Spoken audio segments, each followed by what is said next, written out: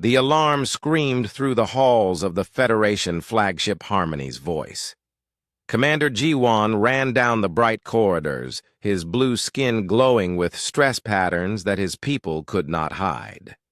The emergency meeting had been called after the worst news in galactic history. 12 star systems had fallen in 3 months. The Vorthak Empire was moving like a plague across the galaxy, eating everything in its path. No one had ever seen anything like them before.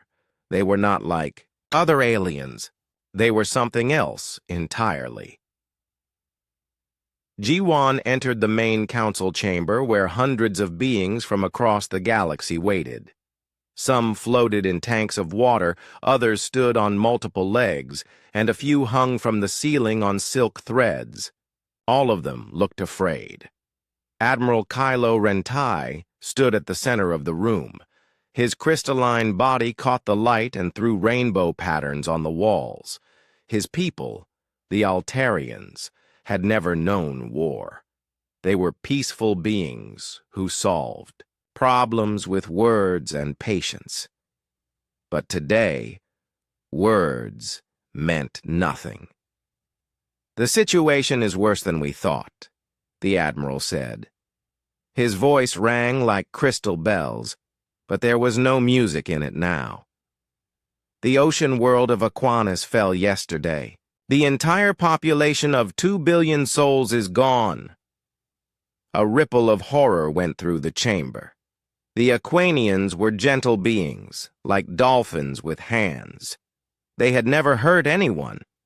Their world was known for its beautiful songs that could be heard across space. Dr. Minho stepped forward.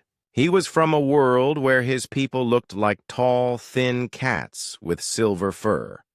His job was to study alien life forms. He had been watching the Vorthak closely since they first appeared. "The enemy is not like us," Dr. Minho said, his whiskers twitching with fear. "They do not have cities or art or families. They are more like a virus that learned to think. They eat other life forms and use the energy to make more of themselves." He pressed a button and holographic images filled the air above them. The council members gasped and some turned away. The images showed Vorthak ships that looked like giant insects made of metal and flesh. They had no windows because the creatures inside did not need to see.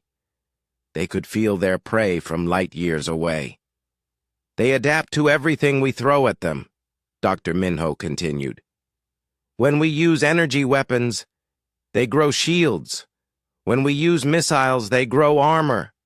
When we try to hack their computers, we find out they do not have computers. They are the computers." Captain Suho, a being made of living water held together by a special suit, spoke up. "What about the defense fleets? Surely our combined forces can stop them." The Admiral's crystal form dimmed. Fleet Admiral Zento tried to stop them at the Helix Nebula. He had 300 ships, the best we had. The battle lasted 6 minutes. We found pieces of his flagship scattered across 4 planets. The chamber fell silent. 300 ships was enough to protect an entire sector. The Vorthak had destroyed them all in 6 minutes. "There must be something we can do," said General Vani, a warrior from the desert world of Keth. His people were the closest thing the Federation had to soldiers, but even they were more like peacekeepers than fighters. Dr. Minho brought up another image. This one showed a Vorthak feeding pit. The council members who had strong stomachs looked closely. The others covered their eyes or turned away completely. "They do not kill quickly," Dr. Minho said quietly. "They keep their prey alive and feed on them slowly. The process can last for months. We have received signals from some of the captured worlds. The people are still alive. They are calling for help." Commander Jiwan felt his stomach turn. His people could change color to show emotions. and right now he was turning the deep purple of despair. How long before they reached the core worlds? 3 weeks, the Admiral said. Maybe less if they keep growing at this rate. The room erupted in panic. Beings shouted in a dozen different languages. Some demanded evacuation plans. Others called for surrender. A few suggested running to the edge of the galaxy and hiding. But one voice cut through the noise. It belonged to Captain Suho, and it was so quiet that everyone had to stop talking to hear it. What about the quarantine zone? The chamber went dead silent. Even mentioning the quarantine zone was against Federation law. It had been forbidden for over a century. Admiral Rentai's crystal body flickered. Captain Suho, you know we cannot discuss that option. With respect, Admiral, Suho said, we are discussing the end of everything we know. The quarantine zone exists for a reason, but maybe this is that reason. Dr. Minho's fur stood on end. You cannot be serious. Those beings are monsters. The reports from the first contact teams... The first contact teams found a world at war with itself, Suho interrupted. A planet where the dominant species had turned their entire world into a weapon. They had weapons that could crack planets and diseases that could kill billions. But they also found something else. What? Asked Commander Jiwan, though he was not sure he wanted to know. They found the only species in the galaxy that had survived their own violence, Suho said. A species that had learned to fight so well that they had no enemies left except themselves. And then, when they had no one left to fight, they went to the stars. The Admiral was quiet for a long moment. When he spoke, his voice was barely above a whisper. The humans. Yes, Suho said. The Deathworlders. The species from Earth. General Vani made a sound like grinding stone. The tales say they are demons. That they can kill with their bare hands and eat their enemies. That their world is so dangerous that nothing else can survive there. The tales also say they once had over 200 nations on one planet, Suho replied, and that they fought wars that lasted decades, and that when they finally stopped fighting each other, they turned their attention to the stars. The quarantine zone was not built to keep them in. It was built to keep us safe from them. Commander Jiwan felt his color change to the pale yellow of fear. You want to ask them for help? I want to ask them to do what they do best, Suho said. I want to ask them to fight. The debate went on for hours. Some said it was madness. Others said it was the only chance they had. In the end, it came down to a simple choice. Die slowly at the hands of the Vorthak, or risk everything on the most dangerous species the galaxy had ever known. The vote was close. Very close. But fear of the Vorthak won over fear of the humans. Admiral Rentai gave the order that would change everything. Captain Suho, prepare the emergency broadcast. Send it to the third planet in the Sol system. Tell them, the galaxy needs them. And so the message went out across the void, carrying with it the desperate hope of 1 trillion souls. To the warriors of the death world, the galaxy bleeds. We call upon you. In the darkness between stars, something answered. 3 days after the emergency broadcast, the sensors on Harmony's voice started screaming. Something was coming out of hyperspace at the edge of the quarantine zone. Something big. Commander Jiwan stood on the bridge, watching the main screen, with growing unease. The Federation had expected maybe 1 or 2 ships. What they got was a fleet. How many? He asked the sensor operator, a nervous being with 6 eyes and tentacles for fingers. 37 ships, sir. No. Wait. 42. More are still coming through. The ships that emerged from hyperspace were unlike anything in the Federation database. They were sleek and dark, shaped like predators hunting through the void. No bright colors or decorative elements, no proud banners or symbols of peace. These ships looked like they were built for one purpose only: killing. Admiral Rentai stood beside Ji-Wan, his crystal body dim with worry.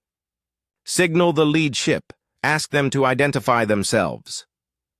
The response came immediately, in perfect Federation standard. "This is Admiral Deho of the Earth Defense Force, commanding the heavy cruiser Iron Phoenix.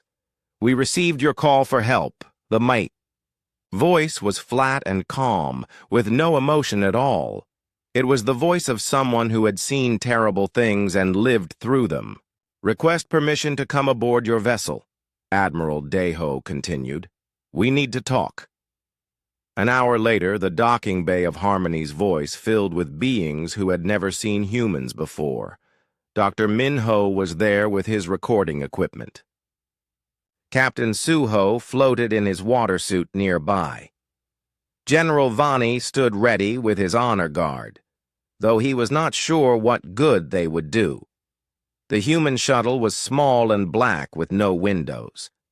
It landed without a sound, and for a moment nothing happened. Then the door opened. The first human to step out was tall and broad, with short dark hair and cold eyes. His uniform was simple black, with no decorations except for small metal bars on his shoulders. This was Admiral Deho, though he looked nothing like what the Federation expected. Behind him came 4 more humans. Dr. Minho's instruments went crazy as he tried to catalog what he was seeing. These beings were compact and efficient, like coiled, springs ready to explode into motion.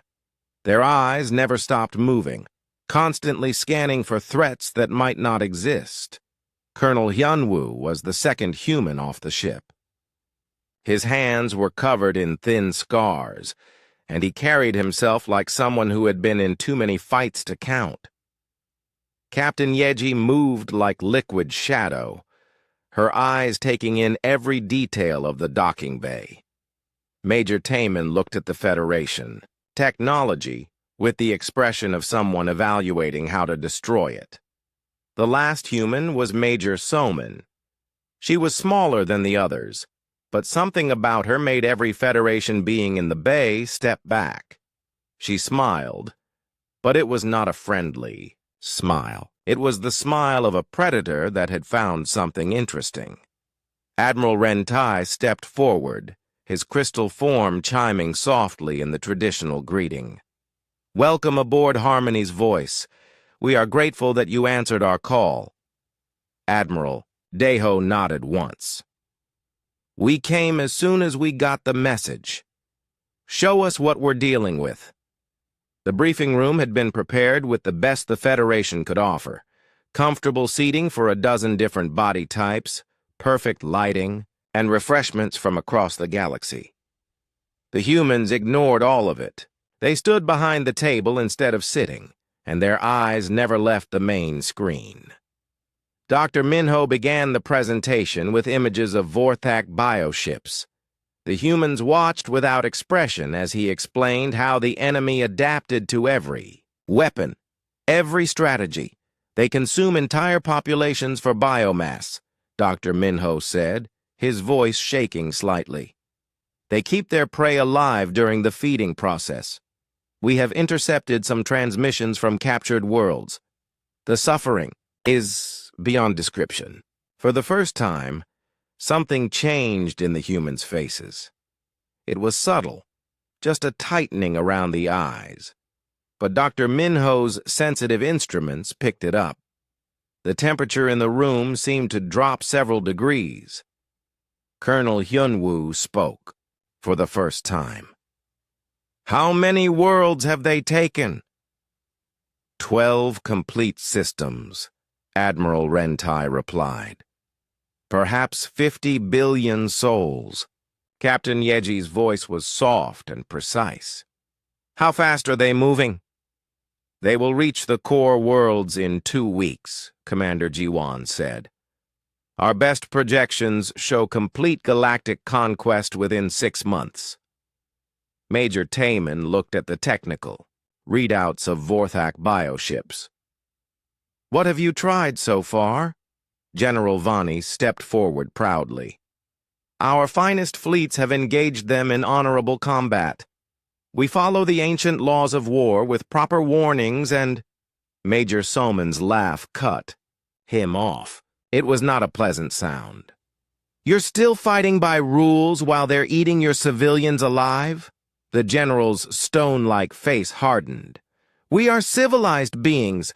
We do not abandon our principles simply because your principles are why you're losing, Admiral Deho said quietly.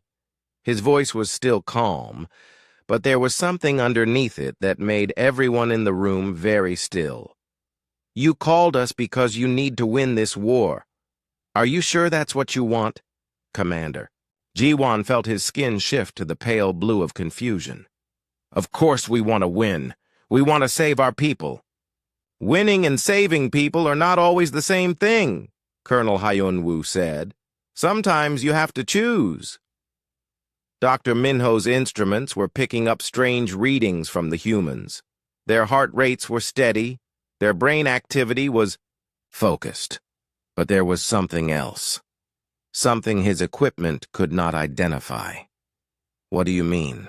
Admiral Rentai asked. Captain Yeji pulled out a small device and projected her own images into the air. They showed human cities, but not the gleaming spires the Federation expected. These were cities built for war, with thick walls and hidden weapons, cities that had survived bombing and invasion and worse. This is Seoul, she said. Population 12 million. It has been destroyed and rebuilt 7 times in the last century. This is London. It was burned, bombed, and attacked by every weapon you can imagine, still standing. This is New York. It was hit by nuclear weapons during our Civil War. We rebuilt it bigger than before. She changed the image to show human soldiers. They were not like Federation peacekeepers in their bright uniforms. These humans wore camouflage and carried weapons that looked like they could tear through starship hulls. We have been at war for our entire history, Captain Yeji continued.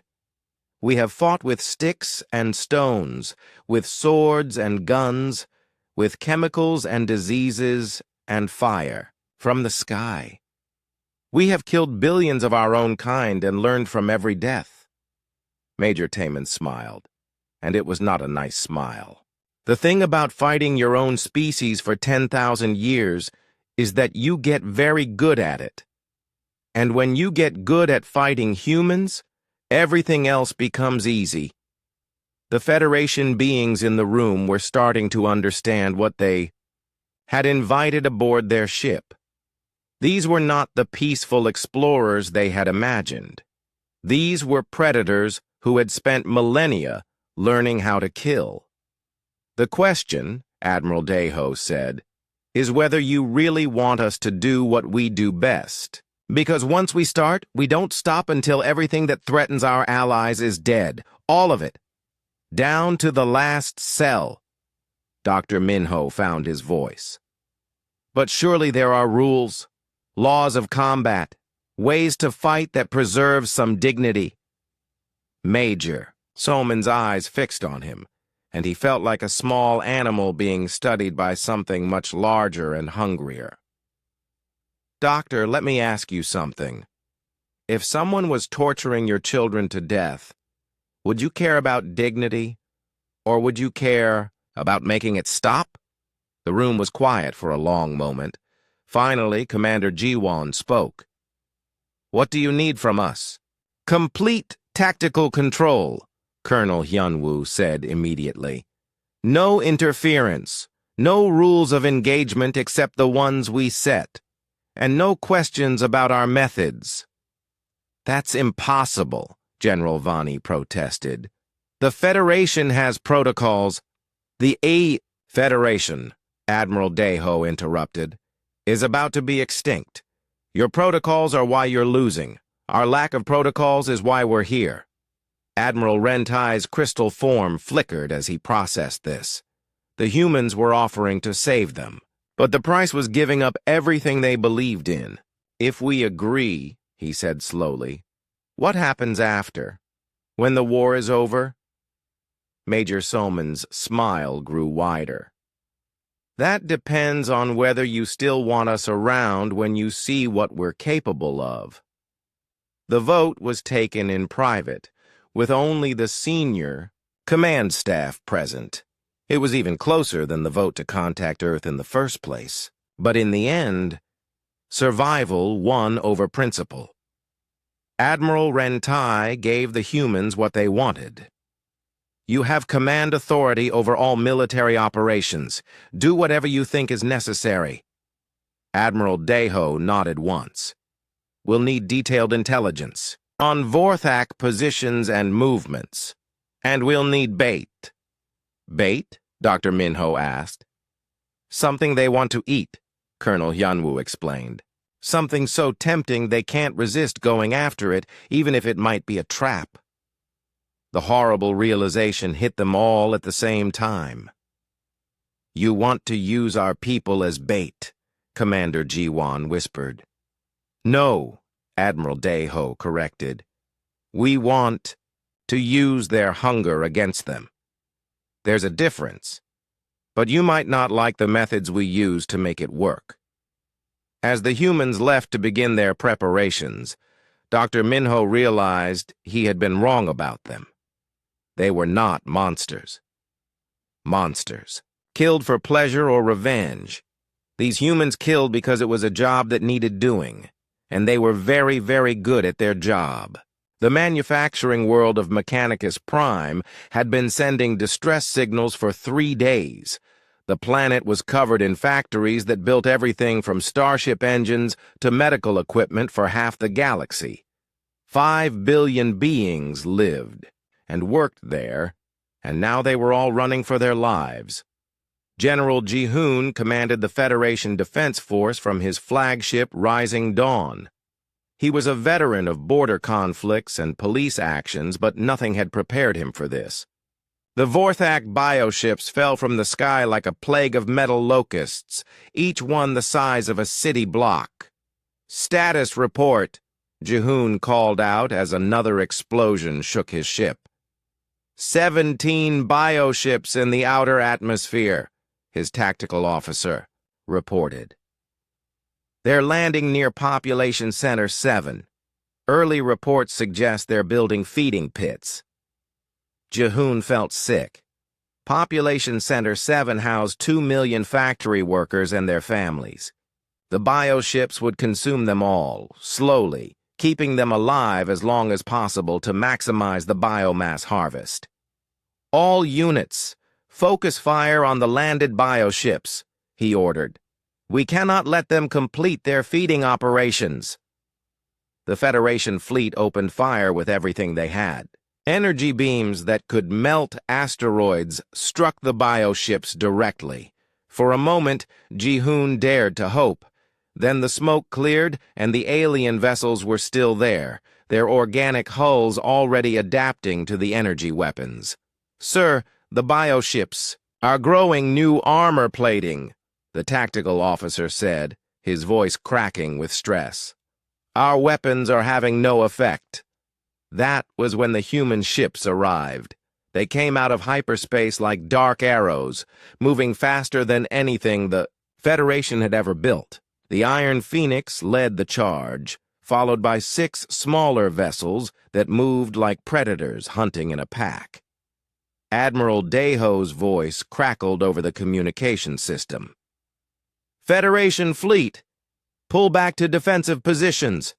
We're going in.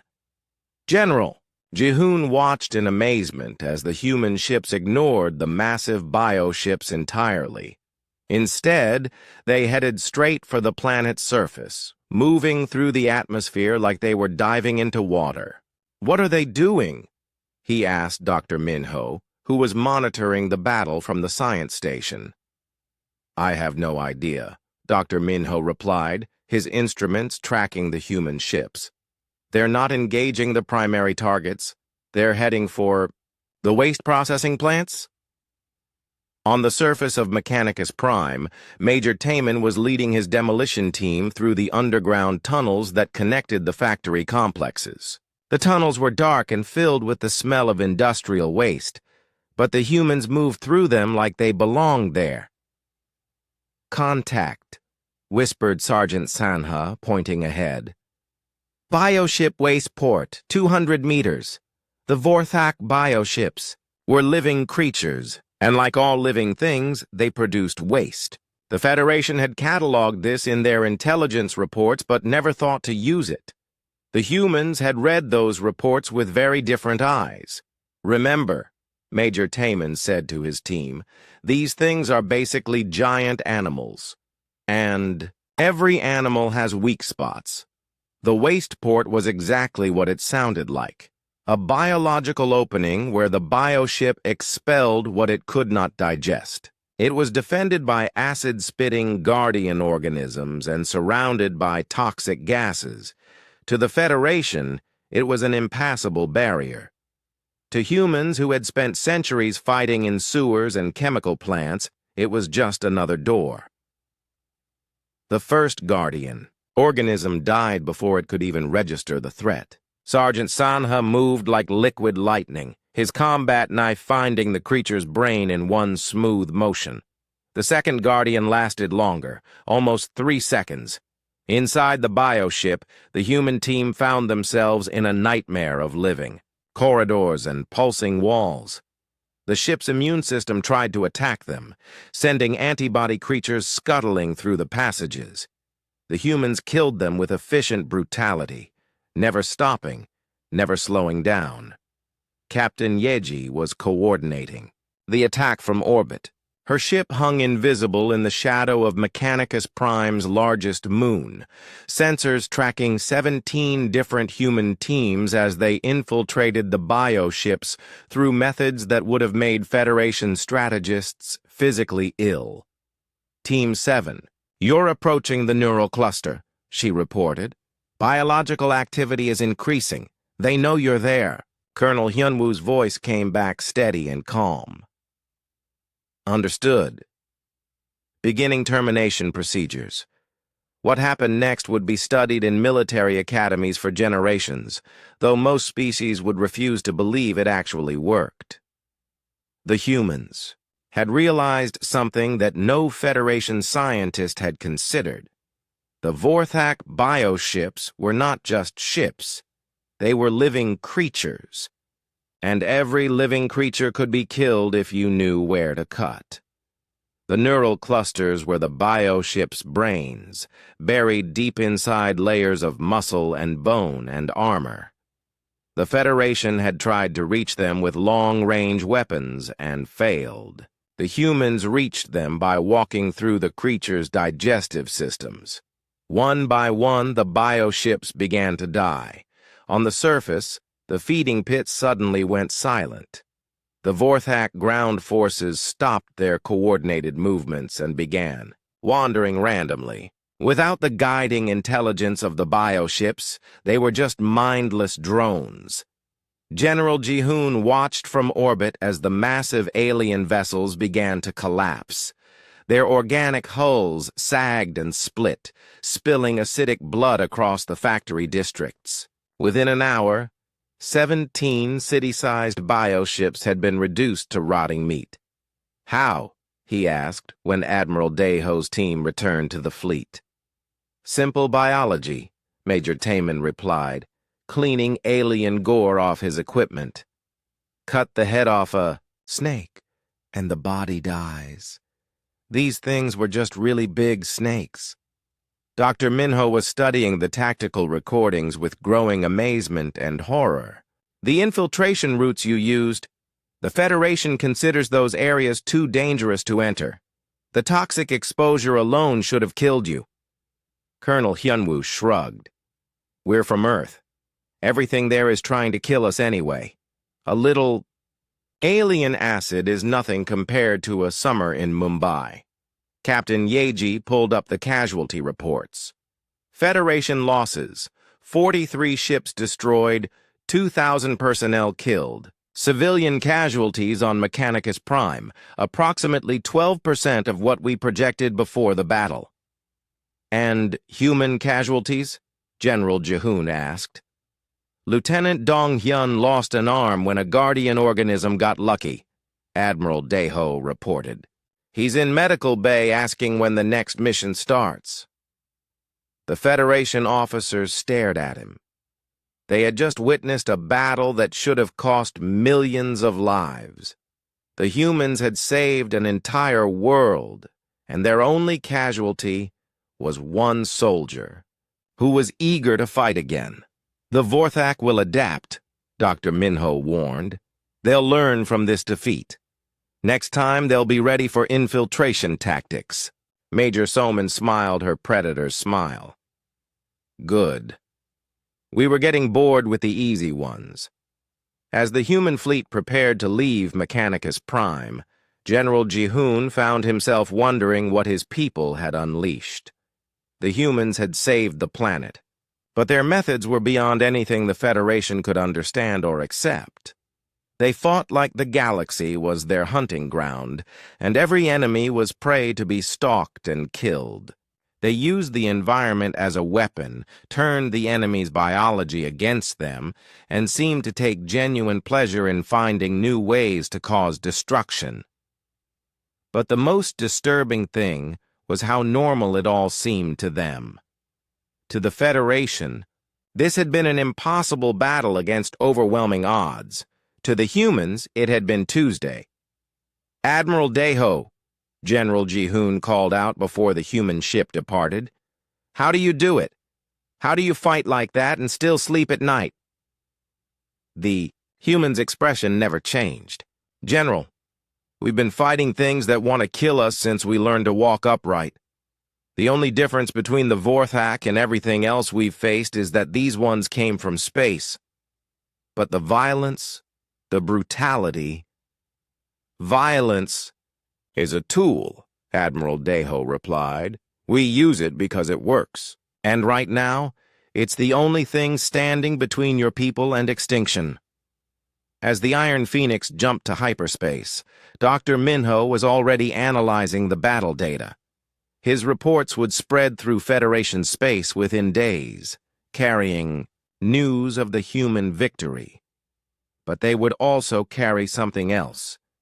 The growing realization that their saviors might be more dangerous than their enemies. On 17 worlds where Vorthak bioships had been detected, emergency evacuation procedures were canceled. Instead, requests for human assistance were sent to Earth. The replies came back within hours, each one identical. We're on our way. The galaxy was beginning to understand that it had made a deal with predators. The only question was whether they would survive their alliance with humanity long enough to regret it. But on Mechanicus Prime, 5 billion souls went to sleep in their own beds instead of Vorthak feeding pits. And for now, that was enough. The Vorthak Empire learned quickly. That was what made them so dangerous. 3 weeks after the defeat at Mechanicus Prime, new bioships began appearing across the galaxy. These were different from the first generation. They had no waste ports. Their neural clusters were scattered throughout their bodies instead of concentrated in one location. Their immune systems could detect and destroy foreign organisms within seconds. Dr. Minho studied the reports from the latest battles with growing dread. The humans had won 7 more engagements, but each victory came harder than the last.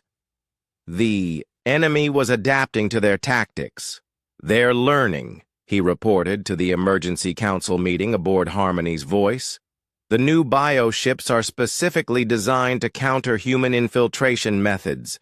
They've grown redundant systems, distributed intelligence networks, and biological security measures that target human DNA. Admiral Rentai's crystal form flickered with worry. What do the humans say about this development? Commander Jiwan pulled up the latest communication from Admiral Daeho. It was typically brief. Enemy adaptation noted. Adjusting tactics accordingly.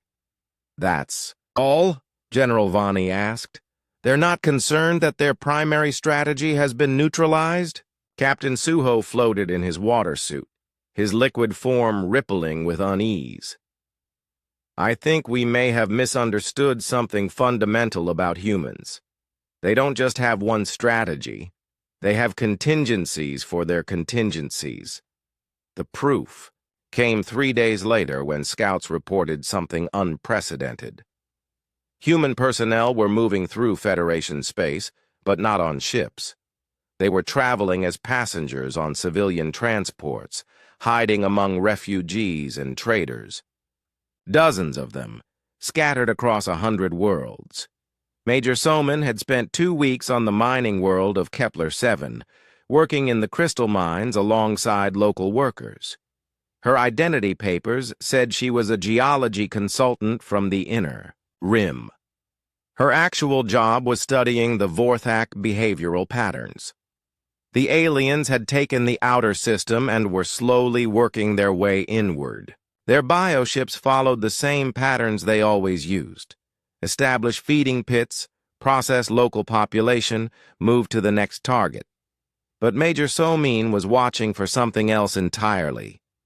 Fear response, she reported during her encrypted transmission to the human fleet. They're showing signs of psychological adaptation. They're developing caution. Colonel Hyunwoo's voice crackled back through the concealed communicator. Explain. They're not just adapting their biology, Major Soman said. They're adapting their behavior. They're posting more guards, varying their approach patterns, avoiding areas where we've struck before. They're learning to be afraid. From his position in the asteroid mining station above Kepler-7, Colonel Hyunwoo smiled. Fear was exactly what they needed. The Vorthak stronghold at Nexus Station was supposed to be impregnable. It was a massive biostructure grown in the heart of a dead star system, protected by gravity wells and radiation storms that would kill most Federation ships before they got close. The station was home to 50 million Vorthak drones and served as the central nervous system for their entire empire. The Federation had been planning a direct assault. 18 fleets, 2 million personnel, orbital bombardment followed by massive ground invasion. The projected casualties were staggering, at least 300,000 dead, possibly more. Admiral Daeho requested a meeting with the Federation command staff. He wanted to try a different approach. One ship, he said, standing before the holographic display of Nexus Station. 50 volunteers. No backup, no support fleet. Just us. General Vani's stone-like features showed his disbelief. Admiral, that station is the size of a small moon. You're talking about suicide. I'm talking about surgery, Admiral Daeho corrected. The Federation way is to smash through the front door with everything you have. The human way is to find the back door and walk in quietly. Dr. Minho had been studying human tactical reports for weeks, trying to understand their methods. What kind of back door could possibly exist on a biostation in the middle of a radiation storm? Captain Yeji stepped forward, her expression as calm as always. The same kind that exists on every living thing, Doctor. The kind that evolution provides. The human infiltration of Nexus Station took 6 weeks. Not 6 weeks of fighting, 6 weeks of watching, learning, and waiting. The 50 human volunteers lived in the radiation-dead zones around the station, monitoring biological cycles and mapping patrol patterns. They discovered that Nexus Station breathed. Like all Vorthak biostructures, it was a living organism on a massive scale. It inhaled stellar radiation and exhaled processed energy. And like all breathing creatures, it had rhythms and weaknesses. Major Taman led the final infiltration team. They approached the station during its sleep cycle, when its defenses were at their lowest ebb. They didn't use ships or weapons or anything the Vorthak might detect. They used something much simpler. They used bacteria.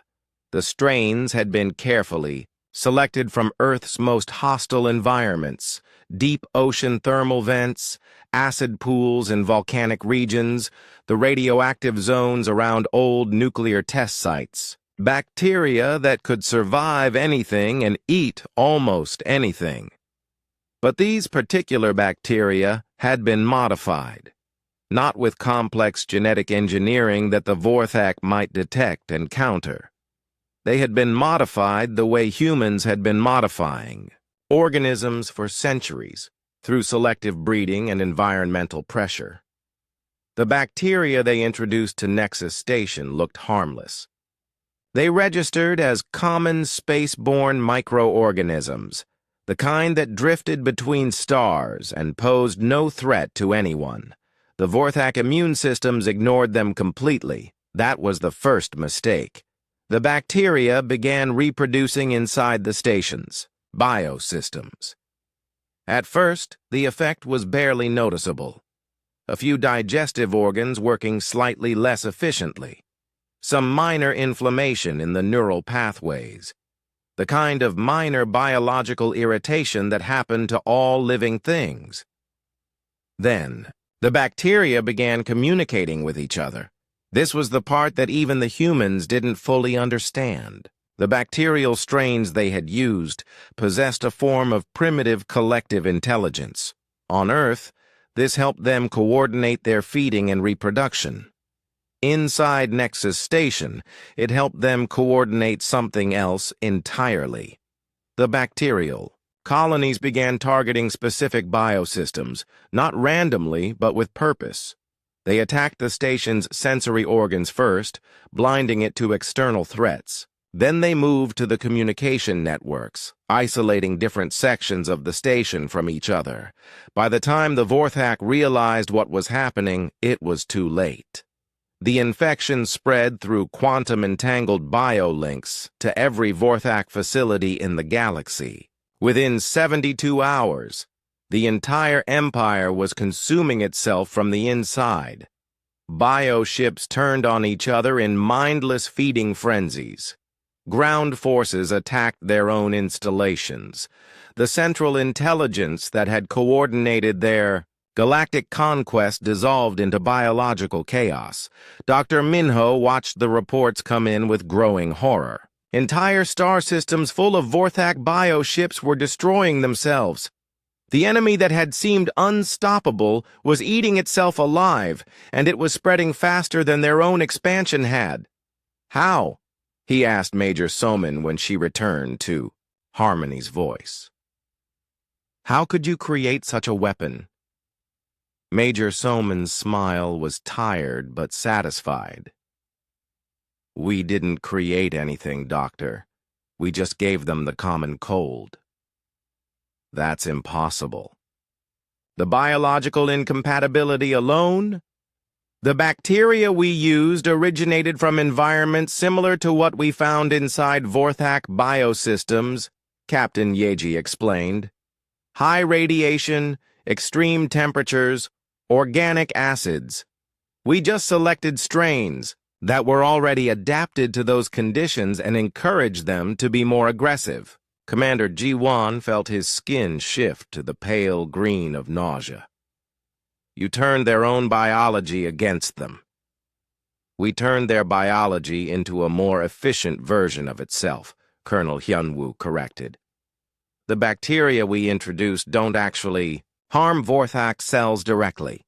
They just make them more hungry, more aggressive about consuming available resources. The implications hit Dr. Minho like a physical blow. You made them evolve into cannibals. We made them evolve into what they already were, Admiral Deho said quietly. A species that consumes everything in its path. We just removed the intelligence that told them to stop eating each other. General Vani was studying the tactical displays with something approaching awe. The entire Vorthak Empire is collapsing. Every bioship, every ground installation, every orbital platform, all of them turning on each other. How long will it take? Admiral Rentai asked. The bacterial infection has a lifespan of about 6 months, Major Somin replied. After that, it burns itself out and dies. But by then, there won't be any Vorthak left to infect. The chamber fell silent as the magnitude of what had happened sank in. The humans had not just defeated the Vorthak Empire. They had erased it from existence using nothing more than modified bacteria and an understanding of biological systems that bordered on the supernatural. The Federation Council will want a full report, Commander Jiwan said finally. They'll want to understand exactly what you did and how you did it. Admiral Deho's expression didn't change. The Federation Council will want to know if we can do it again, to other species, other enemies. Can you? General Vani asked. 6 months after the last Vorthak bioship died screaming in the void, the galaxy was safe. It was also terrified. The trial was held on the neutral world of Concordia, in the Great Crystal Dome where the Galactic Ethics Committee had met for 3 centuries. Beings from 1,000 worlds came to watch as Admiral Deho stood before the judges to answer for what humanity had done. The charges were extensive: biological warfare, psychological torture, violation of sentient rights, genocide. The list went on for hours, read in the formal language of galactic law by a prosecutor whose crystalline voice rang with moral certainty. Admiral Deho stood at the defendant's table alone. He had refused legal representation, saying he would speak for himself and his people. He wore his simple black uniform with no decorations except for the small metal bars that marked his rank. Commander Jiwan sat in the observers section, watching the human's face for any sign of emotion. There was none. Deho looked like he was attending a briefing on supply logistics, not a trial that could result in his execution. Admiral Deho, said the chief judge, an ancient being whose species had never known war, you stand accused of crimes against sapient life. How do you answer? Not guilty, Deho replied, his voice carrying clearly through the dome. A ripple of shock went through the chamber. The evidence was overwhelming. Recordings of human teams infiltrating bioships through waste systems. Tactical. Communications discussing the use of Federation civilians as bait. Most damning of all, the bacterial weapon that had turned an entire species into cannibals. Dr. Minho had been called as a witness. His testimony about human combat methods had left many observers physically ill. The clinical detail with which he described their tactics made it clear that humanity approached war like a science, with every method tested and refined through millennia of practice. The defendants show no emotion when discussing mass casualties, Dr. Minho had testified. They speak of killing entire populations with the same tone others might use to discuss crop rotation. They are efficient predators who have turned violence into an art form. When it was time for Admiral Deho to speak in his own defense, the chamber fell silent. Many expected him to beg for mercy or claim that desperate times had required desperate measures. Instead, he stood and faced the judges, with the same calm expression he had worn throughout the trial. You asked us to save you, he said simply. We did. The method was your choice when you sent that SOS. The prosecutor, a tall being with flowing robes and an expression of moral superiority, stepped forward. Admiral, surely you cannot claim... that biological warfare against an entire species was the only option available. I can claim that it was the most effective option, Deho replied. The Vorthak had adapted to every conventional tactic the Federation tried. They were 3 weeks away from reaching the core worlds. You had two choices. Let them eat your civilians alive, or let us stop them. But the suffering you caused was less than the suffering they would have caused, Deho interrupted. The Vorthak kept their prey alive for months during the feeding process. Our method killed them in 72 hours. If you want to call us monsters for that, you're welcome to do so. General Vani rose from his seat in the observer section. May I speak, Your Honors? The Chief Judge nodded. You may address the court, General. Vani's stone-like features were grave as he faced the chamber. I commanded Federation forces for 40 years before the Vorthak War.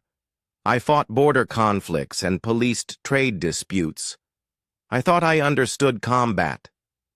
He paused, his ancient eyes finding Admiral Deho's calm gaze. The humans taught me the difference between fighting and winning. We fought with honor and rules and concern for civilian casualties. They fought to end the war as quickly as possible, with the least total suffering. General, the prosecutor, interjected, surely you cannot condone their methods? Their methods saved 50 billion lives, Vani said firmly. The Vorthak had consumed 12 star systems before the humans arrived. In the 6 months that followed, not a single Federation world fell to the enemy. Not one. Captain Suho was called to testify about the human infiltration tactics. His water form rippled with distress as he described watching human teams disappear into alien bioships through openings that Federation soldiers wouldn't even approach. They fought in environments that would kill most of us within minutes, he testified. Acid pools, radioactive chambers, toxic waste systems. They treated these deadly spaces like comfortable rooms. I began to understand why they call their world a death planet, the prosecutor pressed him. Did you ever question their methods, their willingness to use Federation civilians as bait? Suho's form stilled. Once, I asked Major Soman how she could plan operations that put innocent lives at risk. She asked me how many innocent lives the Vorthak were killing every day we delayed. When I calculated the numbers, I stopped questioning their methods. The trial continued for 3 weeks. Witnesses described human tactics that defied every convention of civilized warfare, but they also described results that spoke for themselves. The fastest, most complete military victory in galactic history, achieved with minimal Federation casualties. Dr. Minho published his study during the trial. The Predator's Paradox became required reading in every military academy in Federation space. His conclusion was disturbing. Humans were simultaneously the galaxy's greatest protectors and its most dangerous threat. They do not fight wars, he wrote. They solve problems. The fact that the solution sometimes involves the complete elimination of the problem is simply part of their calculation. They are not cruel. Cruelty implies emotion. They are efficient, and efficiency can be more terrifying than malice. When the final arguments were made, the chamber was packed with beings from across the galaxy. Some had come to see justice done. Others had come to see what the galaxy would do with its most dangerous allies.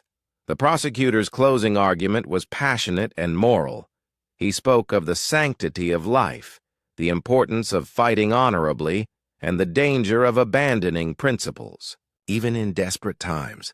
If we accept what the humans did, he concluded, we become no better than the monsters we fought. There must be lines that civilized beings will not cross, no matter the cost. Admiral Deho's closing statement was much shorter. You called us Because you were dying, he said to the judges.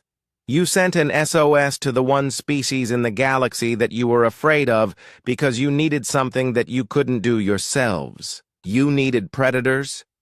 He gestured to the packed chamber. Every being in this room is alive because we answered that call. Your children sleep in their own beds instead of Vorthak feeding pits because we did what we do best. If you want to call that a crime, then find us guilty. But don't pretend you didn't know what you were asking for when you sent that message. The judges deliberated for 6 hours. When they returned, the chief judge's ancient voice carried across the silent chamber. The court finds the defendant not guilty of all charges. The reaction was immediate and mixed. Some beings cheered, grateful that their saviors would not be punished. Others sat in stunned silence, unable to process what they had heard. However, the chief judge continued, this court also finds that the quarantine zone around Earth shall be expanded and reinforced, not as punishment, but as protection. Admiral Deho nodded once. Protection for whom? For everyone, the judge replied. 3 months later, Colonel Hyunwoo tended a small garden outside Seoul. The vegetables grew in soil enriched by volcanic ash and the processed remains of a dozen wars. It was good soil. Earth's soil had been feeding on conflict for so long that peace actually made it more fertile. Captain Yeji found him there, pulling weeds from between rows of tomatoes. The simple domestic task looked strange when performed by hands that had killed alien creatures in hand-to-hand combat. Any regrets? She asked, settling down beside him in the afternoon sun. Hyunwoo considered the question while examining a tomato plant. About the war? No. About what comes after. Maybe. The galaxy is afraid of us now. The galaxy should be afraid of us, he replied. We're apex predators pretending to be gardeners. The Vorthak learned what happens when you threaten our allies. Other species will learn the same lesson if they need to. Yeji watched children playing in the street beyond the garden. Human children, laughing and running and growing up on a world that had taught their species to turn everything into weapons. Do you think they'll call on us again? Hyunwoo's smile was small and sad. They'll call when they have to. When something threatens them that they can't handle themselves, and we'll answer because that's what we do. And if they decide we're too dangerous to keep around, then they'll try to eliminate us, he said simply, and we'll show them why the quarantine zone exists. Far above them, the orbital defense platforms maintained their silent watch. The quarantine zone now extended 50 light-years in every direction, a buffer between humanity and the galaxy they had saved. The final message sent from Earth to the Federation was brief and to the point. We're here if you need us. Pray that you never do. On the peaceful worlds of the Federation, beings went about their daily lives under stars that still shone because predators had answered their call for help. They told their children stories about the brave Federation fleets that had fought the monsters from space.